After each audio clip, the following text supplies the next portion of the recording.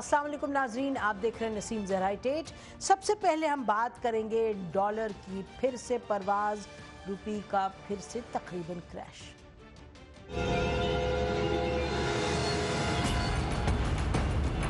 صبح سے مجھے بڑی ٹیلی فون کالز آ رہی ہیں کہ جی روپیہ اتنا کم ہو گیا۔ اس میں کوئی گھبرانے کی ضرورت نہیں، یہ ری ایڈجسٹمنٹ ہوتی ہے، تھوڑے وقت کے لیے مشکل وقت آتا ہے۔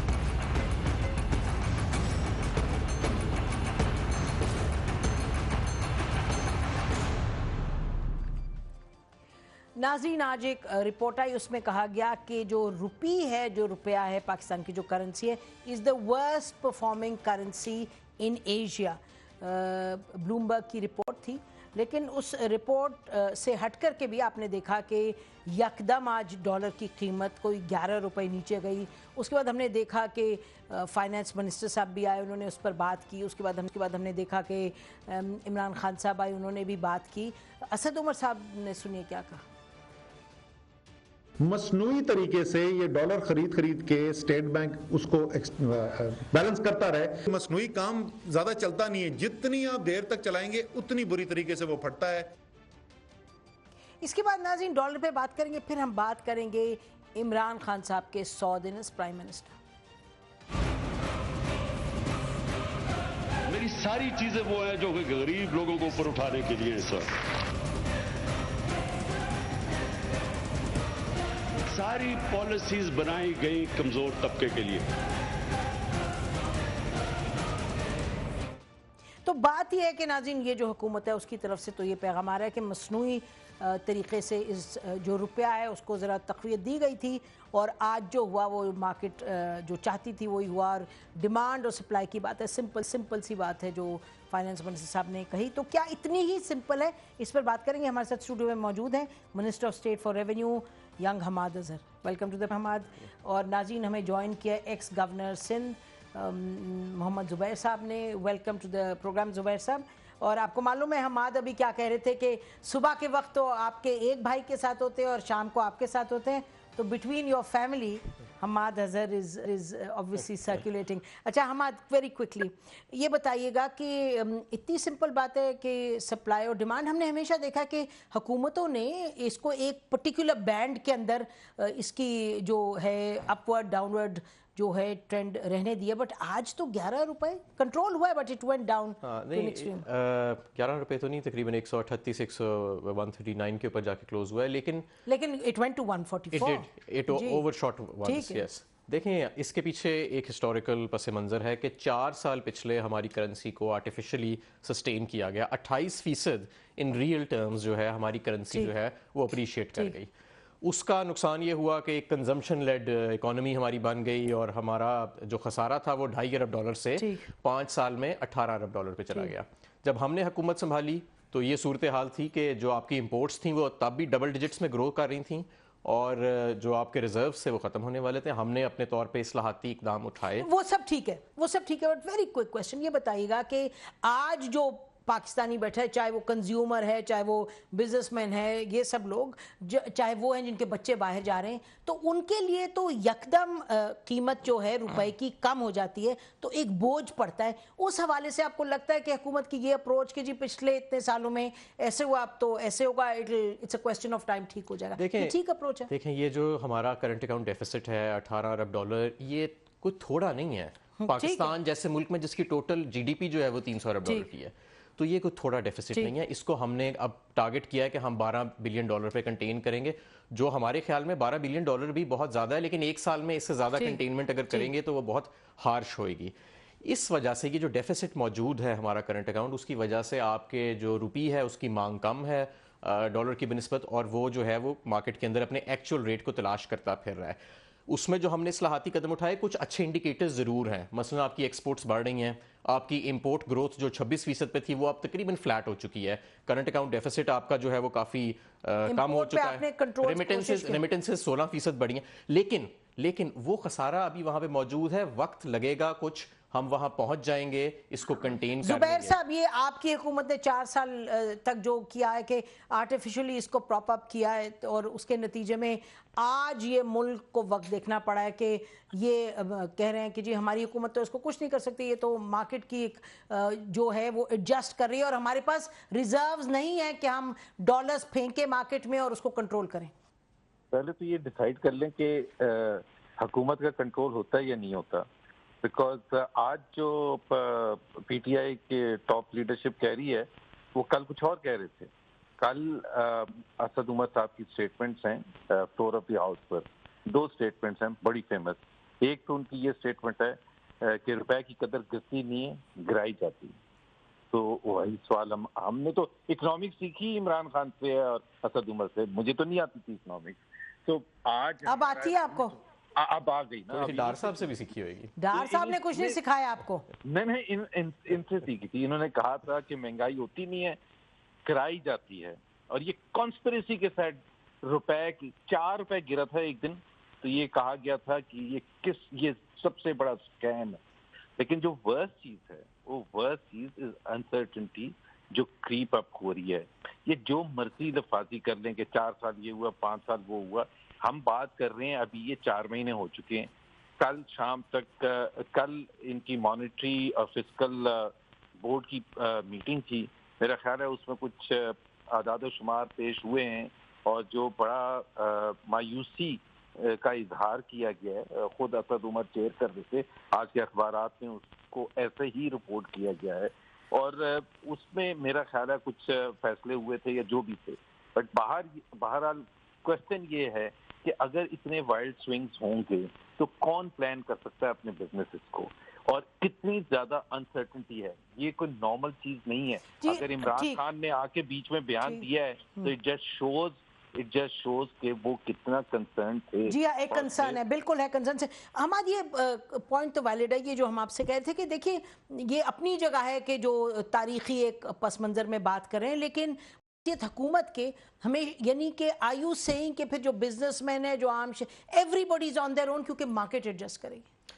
دیکھیں یہ تو ہمارا ایک پالیسی ڈیسیجن ہے کہ ہم نے سینٹرل بینک کو اس معاملے میں آزادی دی، اور ابھی پاکستان بزنس کاؤنسل کی جو حالیہ رپورٹ آئی ہے اس میں انہوں نے اس بات کی تعریف کی کہ واقعی اس پہلی مرتبہ پاکستان نے اس کو ہم نے ایکسچینج ریٹ اور انٹرسٹ ریٹس کو سیٹ کرنے کے اندر ہم نے اس کو خود مختار کیا. لیکن اسد عمر صاحب نے کیا کہا؟ انہوں نے کہا کہ جی آئی ایم ایف یہ کہہ رہے ہیں کہ جو اسٹیٹ بینک ہے اس کو آپ آزادی دیں. نہیں، آئی ایم ایف کی یہ بڑی پرانی ڈیمانڈ ہے، بڑی دیر سے چلی آ رہی ہے. لیکن یہ ہمارا اپنا پی ٹی آئی کا بھی یہ نقطہ نظر ہے کہ اسٹیٹ بینک جو ہے اس کو پولیٹیکل کنسیڈریشن سے آزاد ہو کے انٹرسٹ ریٹ اور ایکسچینج ریٹ کو سیٹ کرنا چاہیے، جس طرح دنیا کے تمام ممالک میں ہوتا ہے.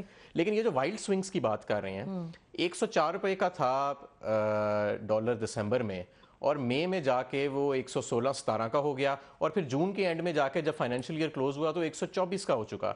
13.6% کی جو سوئنگ آئی تھی وہ 6 مہینے میں آئی تھی. ابھی تک جو سوئنگ آئی ہے نا جب سے ہم نے حکومت سنبھالی ہے وہ 9 کچھ فیصد ہے. تو وائلڈ سوئنگ تو اس وقت کم ہے. لیکن یہ میں آپ کو بتاؤں کہ یہ جتنا بڑا خسارہ اس وقت یہ چھوڑ کے گئے ہیں، اس سے بڑا خسارہ نہیں تھا.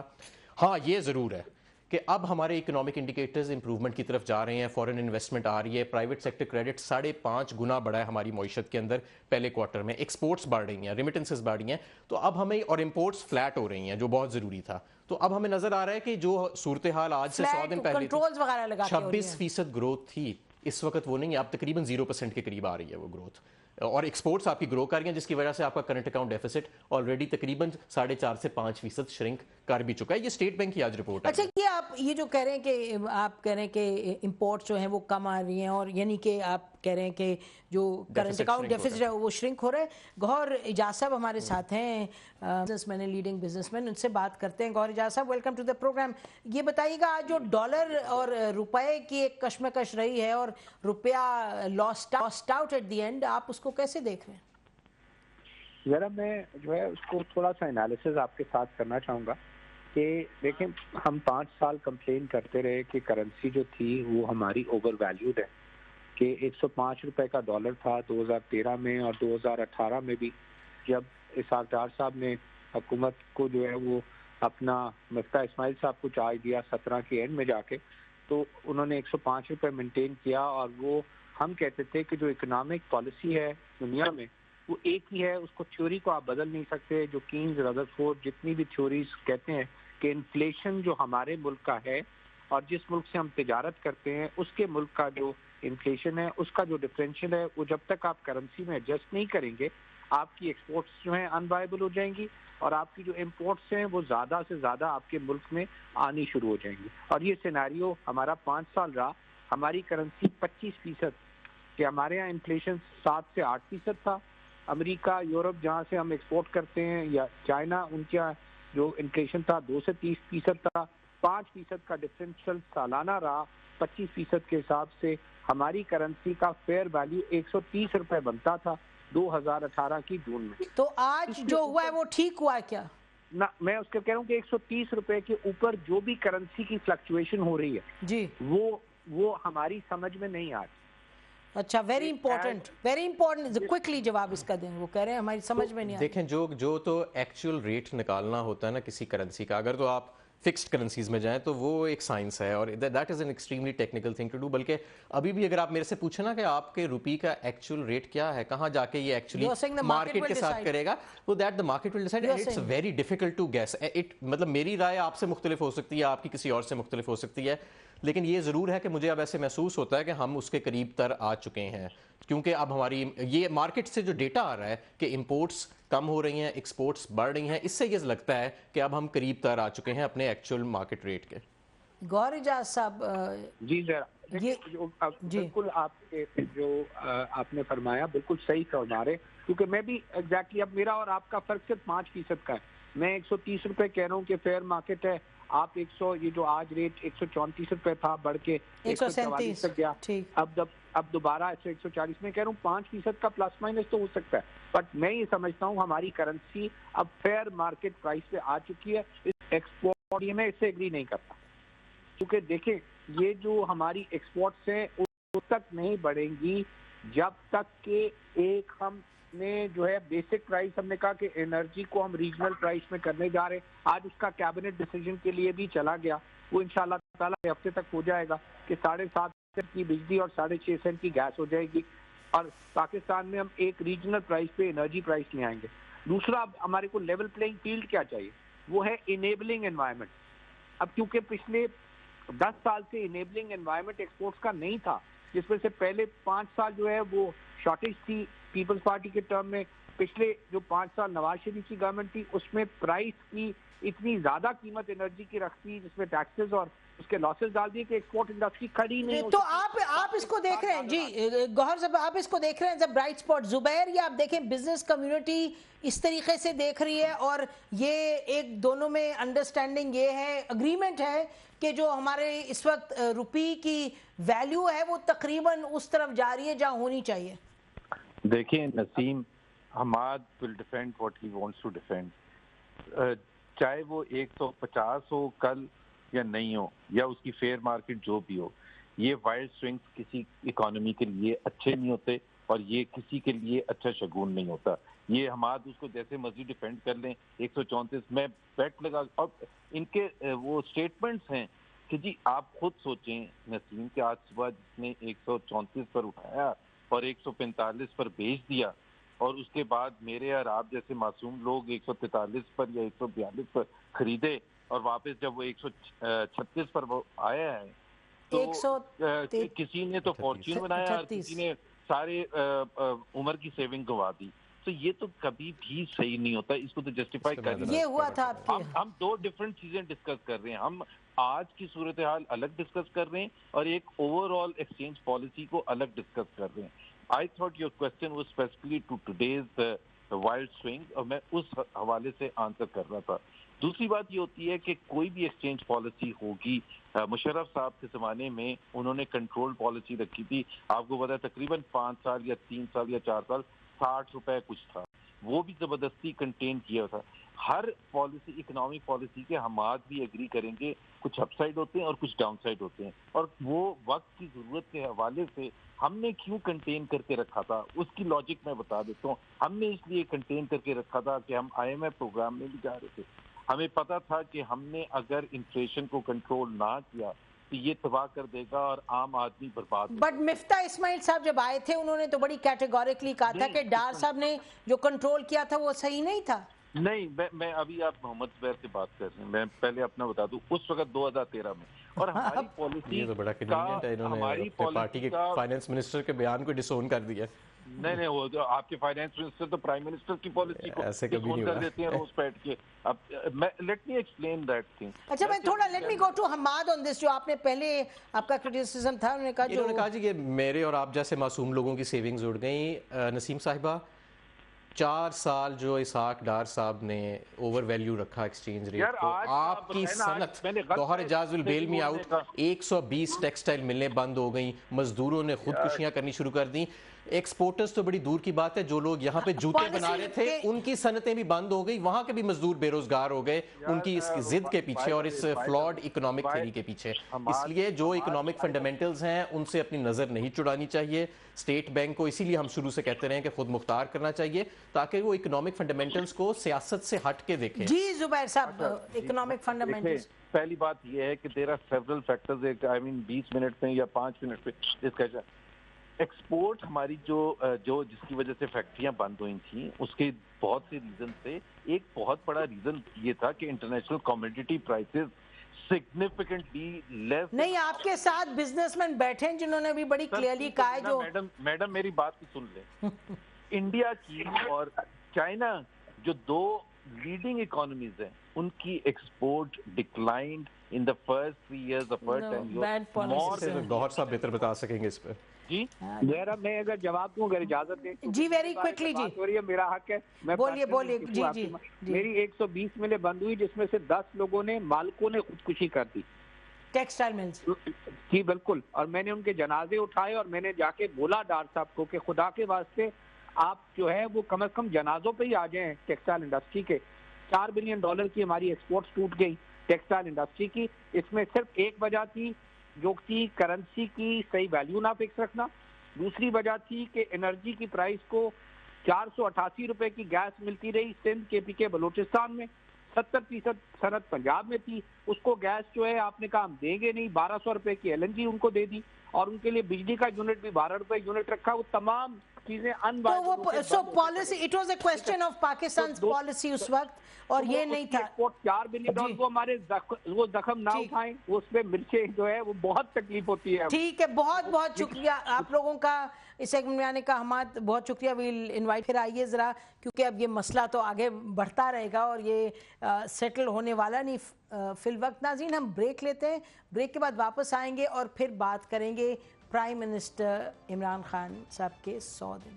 Stay with us.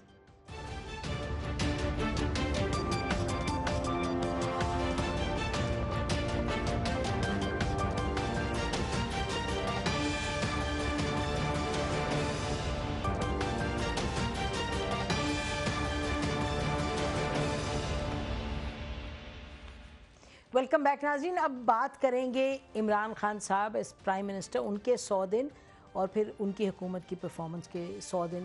آپ بہت پچھلے دن کل سے تو نان سٹاپ اسی پر بات ہو رہی ہے. آج ہم نے سوچا کہ بات کرتے ہیں لیکن ذرا فوکس اس پہ رکھتے ہیں کہ پرائم منسٹر عمران خان صاحب ایز پرائم منسٹر پرفارمنس پہ تو جائیں گے, لیکن ان کی اپنی ذاتی طور پہ کس طریقے سے انہوں نے اپنے آپ کو his conduct as prime minister. اور یہ انٹرسٹنگ چیزیں ہیں کچھ کہ نواز شریف صاحب جب حکومت میں تھے 2 سالوں میں ان کی 13 کیبنٹ کی میٹنگز ہوئیں. انہوں نے عمران خان صاحب نے 3 مہینوں میں 12 کیبنٹ میٹنگز کی, اور آپ کو نظر آتا ہے کہ وہ بڑے ایکٹیولی ہر چیز میں وہ انوالوڈ ہیں. اور یعنی کہ جیسے انہوں نے اس دن کل ذکر کیا کہ ایک چھٹی لی, اس کے علاوہ چھٹی کوئی نہیں لی.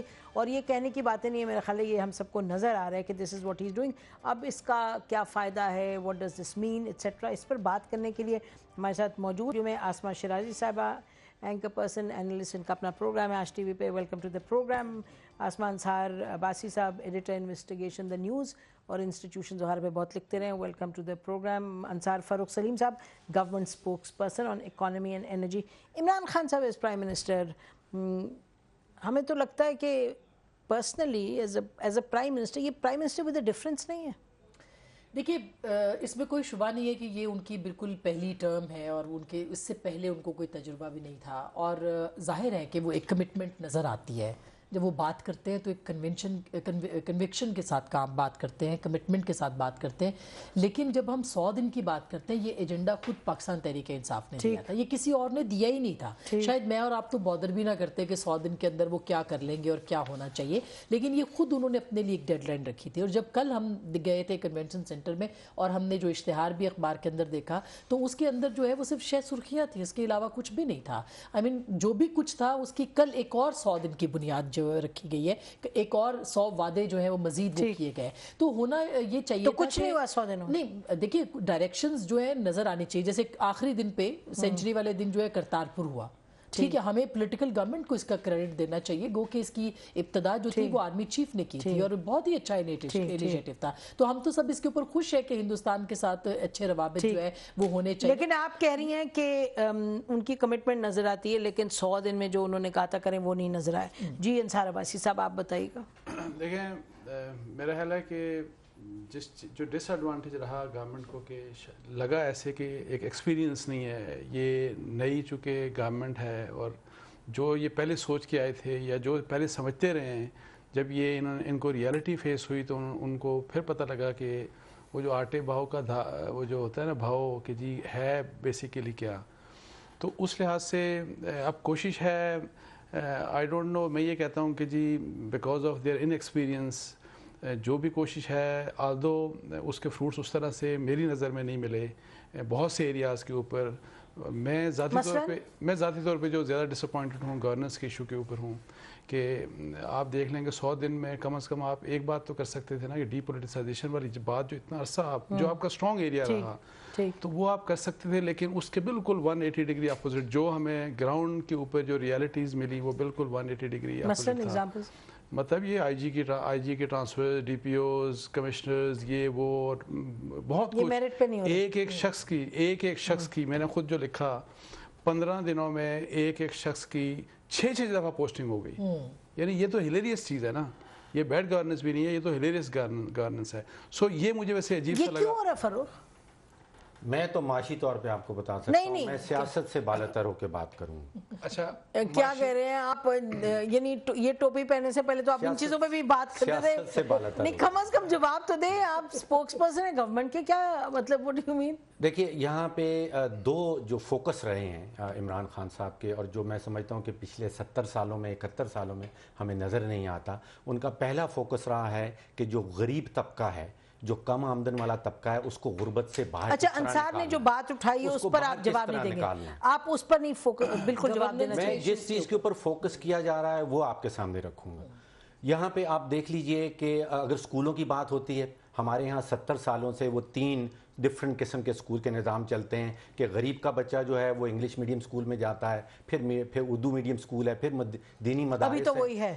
ہسپتالوں میں آپ دیکھ لیجئے کہ جو امیر ترین لوگ ہیں وہ ملک سے باہر چلے جاتے ہیں، جو ان سے ذرا کم امیر ہیں وہ پرائیویٹ ہسپتالوں میں جاتے ہیں، اور جو غریب وہ سب پتہ ہے وہ وہاں چلے جاتے ہیں. تو یہاں پہ فوکس ہے غربت میں جو عوام رہتی ہے اس کو غربت سے اٹھانا کس طرح ہے، اور کرپشن جو پچھلے سالوں سے میرا خیال ہے دیکھیں نا آپ اس کو کس طرح ختم. اچھا دیکھیں نا، آپ گورنمنٹ کے سپوکس پرسن ہیں، میں گورنمنٹ کی سپوکس پرسن نہیں ہوں، لیکن میں یہ کہوں گی اس ایشو پہ یہ تو آپ باندھ رہے ہیں تمہید جو کہ ہم پچھلے 30 سال سے ایز جرنلسٹ 25 سال سے 20 سال سے ہم اس پہ بات کریں. پناہ گاہیں بنا رہے ہیں عمران خان صاحب، انہوں نے یہ پہلے کبھی 70 سال میں ہوا تھا؟ نہیں تو I'm saying talk about this. میں کہہ رہی ہوں اس پر بات کریں. یہ بے نظیر انکم سپورٹ پروگرام کے ڈاکٹر صاحب تو ہم سے بڑے سینئر ہیں. میں نے کچھ عرصہ پہلے کچھ اخبارات پرانے کیا کہہ رہے ہیں، آپ کی عمر ان کی ایک ہی ہے، آپ کہہ رہے ہیں بہت سینئر ہیں. تو دیکھنے کی ہوا تو جنرل ضیاء الحق کے زمانے میں بھی ایسی چیزیں ہوئیں، پناہ گاہیں اور جو غریبوں کے لیے، اور وہ اچھا کیونکہ ہوئی ایسا نہیں ہے. اس طرح کی جو چیزیں ہیں وہ چھوٹی موٹی ہر حکومت ایک اچھا، اور یہ بڑا اچھا انیشیٹو ہے، لیکن یہ کرتے رہے ہیں، حکومتیں کرتی رہی ہیں.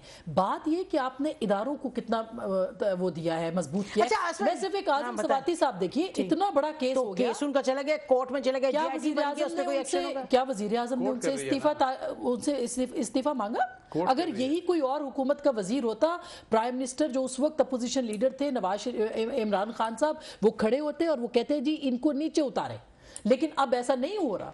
اور پھر آپ نے ڈی پی او کا کیس دیکھا, پھر آپ نے آئی جیز, 2 آئی جیز, ناصر درانی گھر چلے گئے, 100 دنوں سے بھی کم دنوں کے اندر وہ گھر چلے گئے ہیں. پنجاب کی پوری, آپ کسی بھی صحافی سے پوچھ لیں فون کر کے کہ ساری کی ساری تھانوں کے اندر تبدیلیاں جو ہیں وہ پولیٹیکل بنیادوں کے اوپر ہوئی ہیں. تو آپ مجھے بتائیں کہ پھر تبدیلی کیسے, بہت برے حالات ہیں. تبدیلی میں آپ کو بتاتا ہوں کہ نہیں, اس پہ یہ جو تبدیلی کیا آ رہی سر, اس پہ کوئی کامنٹ تو کریں. میں آپ کو اکنامکس کے اوپر تبدیلی بتا سکتا ہوں کہ ہم کس سمت میں جا رہے ہیں. دیکھیے کچھ دنوں پہلے جو سوزوکی موٹر کے چیئرمین ہیں, گلوبل چیئرمین ہے, ان کا نام ہے اسوما سوزوکی, انہوں نے کہا کہ $450 ملین کا ایک نیا پلانٹ لگانے چلے ہیں وہ پاکستان کے اندر. کوکا کولا کمپنی نے کہا کہ وہ $200 ملین کی مزید انویسٹمنٹ کر رہی ہے پاکستان میں. آج وہ JW جس کا وہ $150 ملین کی وہ انویسٹمنٹ ہے, تقریباً 40-45 ہزار پاکستانیوں کو وہاں مزید نوکریاں ملیں گی. 27 سال پہلے ایکسن موبل جو دنیا کی سب سے بڑی تیل کی کمپنی ہے وہ پاکستان سے چلی گئی تھی, اب اس نے دوبارہ سے پاکستان کے اندر اپنے دفاتر جو ہیں وہ کھول لیے ہیں. Abu Dhabi national oil company, ان کے چیئرمین پاکستان ایک پاکستان کی اسٹاک مارکیٹ کی تاریخ کی سب سے بڑی انیشل پبلک آفرنگ ہونے چلی ہے. ایک انٹر لوپ کمپنی ہے فیصل آباد کی جو نائکی اور ادیداس کے لیے جرابیں بناتی ہے. $50 ملین کی اسٹاک آفرنگ جنوری میں ہونے کے لیے چلی. انصار, میں آپ کے پاس آتی ہوں. یہ جو باتیں کر رہی ہیں آسما, اور آپ نے بھی اس کا ذکر کیا, دیکھیے یہ بات تو یہ بات ٹھیک ہے کہ عمران خان صاحب سے جب پوچھا گیا وہ ڈی پی او کا مسئلہ, تو انہوں نے کہا سپریم کورٹ اس کو ہینڈل کرے گا اور ہم اس پہ انٹرفیئر نہیں کریں گے. But he spoke in favour of, جن لوگوں نے زیادتی کی تھی ان کی بولے ان کے فیور میں تھے. انہوں نے کہا تھا فیصلہ تو پرائم منسٹر کو کرنا چاہیے نا. سپریم کورٹ جوڈیشری وہاں پہ آتی ہے, وہ ہو سواتی صاحب کا کیس, بیسیکلی ایگزیکٹو کو اس کے اوپر فیصلہ پرائم منسٹر کو کرنا چاہیے. جب پرائم منسٹر نہیں کرتے تو کورٹ سو موٹو لے لیتی ہے. جو کہ آپ دونوں یہ کہہ رہے ہیں نہیں, میں ہم دونوں, مجھے نہیں پتا کیا کہہ رہے ہیں. میں جو ایک بات کہہ رہا ہوں, دیکھیں میں ایک بات کہہ رہا ہوں, مجھے پرائم منسٹر کے اخلاص کے اوپر کوئی شک نہیں ہے. ہم سب کو, ہمیں تو لگتا ہے نیتی کے ساتھ وہ کام کرنا چاہتے ہیں, اور بڑا انیوژل ہے ان کے منسٹرز ان کے ارد گرد ان کی قصیدہ گوئی نہیں کر رہے, وہ اس وقت کوشش ہے, اور جس طرح مل رہے ہیں میٹنگز ہو رہی ہیں. لیکن دیکھیں جس طرح ایک میرٹ کی پالیسی ہونی چاہیے وہ میرٹ کی پالیسی نہیں ہے. پرائم منسٹر کا آپ ان کا مینیفیسٹو پڑھیں, اس میں لکھا ہوا تھا کہ یہ جو ایجنٹس آف چینج ہوں گے, یہ جو کیبنٹ ہوگی, اس میں تو دوستیاں آ گئی ہیں نا. دوست آپ کیوں لے کے آ گئے ہیں؟ اس میں کوئی دوستی کی بنیاد کے اوپر نہیں آنا چاہیے تھا. بریک لیتے ہیں ناظرین, بریک لیتے ہیں, اس کے بعد واپس آتے ہیں. اور یہ آپ کو بتائیں, کل ہم ایک دعوت پہ گئے تو وہاں انہوں نے, ہماری ایک دوست آئی, انہوں نے کہا جی ہمارے خان صاحب کو پتہ چلا کہ ہمارے جا کے آپ بھی موجود ہوں گی. تو خان صاحب کا ایک سوال ہے, میں نے کہا پوچھیں کیا سوال ہے. انہوں نے کہا کہ جا کے پوچھیں ان سے, نسیم زہرا سے, کہ اور جو حکومتیں تھیں ان کو تو آپ اتنا ٹائم دیتے تھے اور آپ عمران خان کو چھوڑ نہیں رہے. تو ہمارا یہ مقصد نہیں کہ ہم سوال اٹھائیں, ناجائز اٹھائیں, یا کریڈٹ ڈیو ایوانہ دیں, لیکن جو سوال ہیں وہ تو بہرحال ہوں گے. بریک کے بعد بات کرتے ہیں. اسٹے ود اس.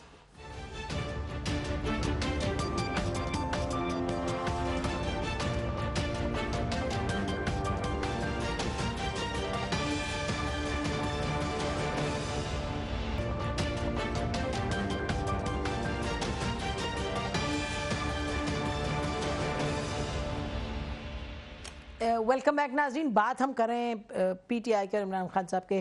سودن آسما بھی ہمارے ریسرچر جو گئے تھے convention centre, I was in there, تو وہ کہتے تھے کہ یہ جی کیا اندر آپ لوگ ڈسکشن کریں. ادھر عمران خان صاحب نے اکانومی پہ, غربت پہ, کرپشن پہ اور کسانوں کے لیے بڑی انہوں نے باتیں کی ہیں, اسپیسیفک باتیں کی ہیں. اس کے بعد انہوں نے جنرل باتیں کی. نہیں, انہوں نے بہت باتیں کی ہیں اور اچھی باتیں کی ہیں. مطلب مجھے کوئی زیادہ اعتراض نہیں ہے ان کی باتوں پہ. انہوں نے کہا 375 ارب روپے کے جعلی اکاؤنٹ, پھر کھوج لگایا, تجاوزات جو ہیں, سوئٹزرلینڈ سے بھی 11 ارب تجاوزات جو ہیں, وہ جو زمینیں واپس لی حکومت سے, جو لوگ لے کے بیٹھے ہوئے تھے, اس کو انہوں نے اتنے روپے نہیں, انہوں نے اپنی چیزیں بتائی. انہوں نے کہا یہ کھوج لگا لی ہے ہم نے اتنے پیسوں کا, جو 11 ارب کا, اور وسل بلور پہ انہوں نے کہا ہم قانون سازی کریں گے. بورڈ کا قیام یکساں تعلیم کے لیے 3 مہینے بہت ہوتے ہیں کسی بھی چیز پہ قانون سازی کرنے کے لیے. لوکل گورنمنٹ بل تیار آسما, لوکل گورنمنٹ واٹر پالیسی میں دیامر مومن کو شامل. دیکھیے نسیم,